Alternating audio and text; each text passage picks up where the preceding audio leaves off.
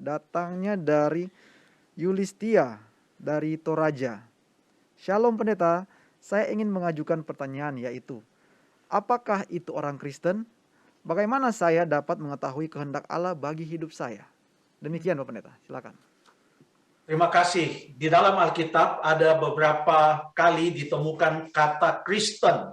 Salah satunya adalah yang tertulis dalam Kisah 11 ayat yang ke-26. Coba tolong dibacakan Kisah 11 ayat yang ke-26. Baik pendeta. Kisah para Rasul 11 ayat 26. Mereka tinggal bersama-sama dengan jemaat itu 1 tahun lamanya, sambil mengajar banyak orang. Di Antioquia lah murid-murid itu untuk pertama kalinya disebut Kristen. Terima kasih. Di Antioquia lah katanya, untuk pertama kali murid-murid itu disebut Kristen. Perhatikan kata-kata itu, bukan mereka yang menyebut diri mereka Kristen, tetapi mereka dipanggil dan disebut sebagai Kristen. Di mana itu? Antioquia. Orang-orang yang ada di Antioquia itu melihat kehidupan murid-murid itu yang setiap hari berbicara tentang Yesus, yang mengajarkan untuk mengikut Yesus, mengikut Kristus. Maka pengikut Kristus itu dijuluki oleh orang-orang yang ada di Antioquia itu sebagai Kristen. Ya, dalam bahasa Yunaninya Kristianos. Kristen. Mereka disebut sebagai Kristen. Ada juga ayat yang lain yang juga menyebutkan kata Kristen. Coba kita baca di dalam 1 Petrus pasal yang keempat, ayat yang ke-14 sampai ayat yang ke-16. 1 Petrus pasal yang keempat, ayat 14 sampai 16. Berbahagialah kamu jika kamu dinista karena nama Kristus, sebab roh kemuliaan, yaitu roh Allah, ada padamu. Janganlah ada di antara kamu yang harus menderita sebagai pembunuh, atau pencuri, atau penjahat, atau pengacau. Tetapi jika ia menderita sebagai orang Kristen, maka janganlah ia malu, melainkan hendaklah ia memuliakan Allah dalam nama Kristus itu. Terima kasih. Menderita sebagai orang Kristen katanya, karena di dalam ayat yang ke-14 itu menyebutkan juga tentang penderitaan yang dialami oleh Kristus. Jadi menjadi orang Kristen artinya mengikut Kristus, hidup sama seperti Kristus, mengikuti teladan Kristus. Coba kita baca juga konsep sebagai orang Kristen itu.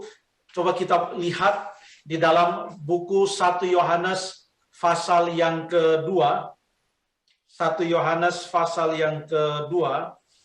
Saya buka dulu Alkitab saya.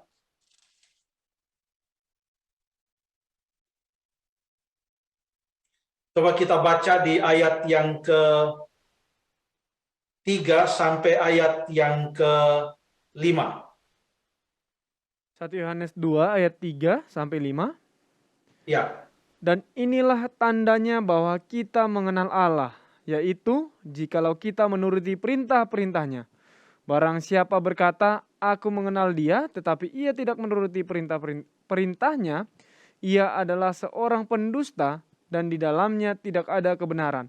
Tetapi barang siapa menuruti firman-Nya, di dalam orang itu sungguh sudah sempurna kasih Allah, dan itulah kita ketahui bahwa kita ada di dalam Dia. Itu sudah baca di ayat yang ke-6. Barang siapa mengatakan bahwa ia ada di dalam Dia, ia wajib hidup sama seperti Kristus telah hidup. Itulah artinya Kristen. Barang siapa yang mengaku berada dalam Kristus, biarlah ia hidup sama seperti Kristus. Terima kasih. Apa ada pertanyaan yang terkait dengan itu tadi? Saya lupa pertanyaannya. Bagaimana saya dapat mengetahui kehendak Allah bagi hidup saya? Itu bagian berikutnya pendeta dari pertanyaan ini. Yulistia. Terima kasih. Coba kita baca di dalam Roma pasal yang ke-12. Roma pasal yang ke-12 ayat yang ke-2. Janganlah kamu menjadi serupa dengan dunia ini, tetapi berubahlah oleh pembaruan budimu, sehingga kamu dapat membedakan manakah kehendak Allah, apa yang baik, yang berkenan kepada Allah, dan yang sempurna.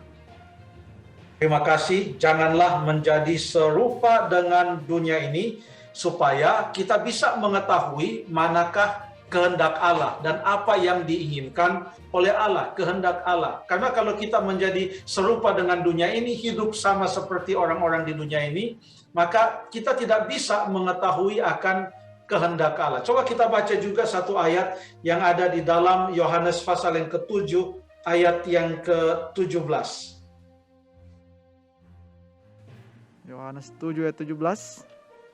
Barang siapa mau melakukan kehendaknya, ia akan tahu entah ajaranku ini berasal dari Allah, entah aku berkata-kata dari diriku sendiri. Terima kasih. Jadi firman Tuhan inilah kehendak Allah. Kalau kita mau menuruti kehendaknya, membaca firman Tuhan ini, maka kita akan tahu, kita bisa membedakan atas pertolongan Tuhan. Mana kehendak Allah, mana yang bukan. Apakah Tuhan Yesus berkata-kata atas kehendaknya sendiri, atau memang waktu dia datang ke atas dunia ini, apa yang ia ajarkan adalah betul-betul kehendak Allah. Terima kasih.